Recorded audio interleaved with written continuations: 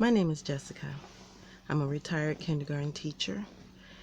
And in all of this coronavirus pandemic, we got a lot of voices out here saying a lot of things. And I was just thinking the other day, well, a few months ago, that somebody who's just a regular person, like a kindergarten teacher, should share some insights on why it is important that we stay isolated.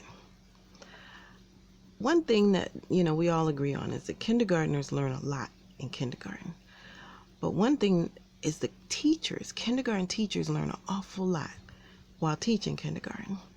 And one of the most important lessons that any teacher will learn, especially young children, is if you have a bunch of people sitting around table 3, and one child comes in the morning and says, "You know what, teacher? I was sick yesterday." And you say, "Oh, really? Well, what was wrong?" And it's like, "Oh, well, I'm better now." And you're thinking, okay, that's cool. They sit at table 3.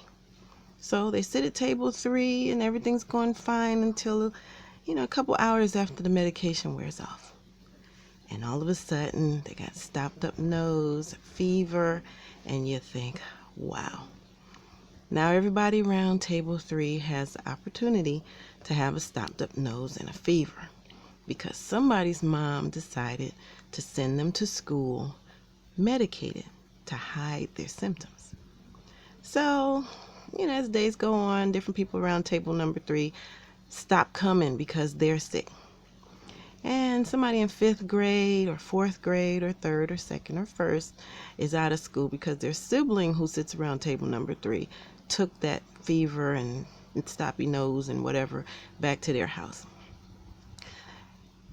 Of course, they share it in their classroom with their classmates, and somebody else whose brother or sister sits at table number 4 brings the fever and everything back to your classroom. Now, that's sort of the way this whole coronavirus thing is working. We have to isolate so that we're not like table number 3.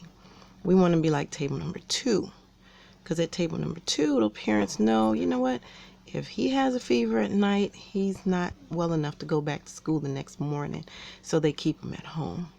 And then everybody around table number 2 is safe and protected, well, until the thing goes all through the school and comes back to the classroom again. And that's what we stand to have happen. That even if we can flatten out these curves and things, if we open it all up too soon, it's just going to go right back around again.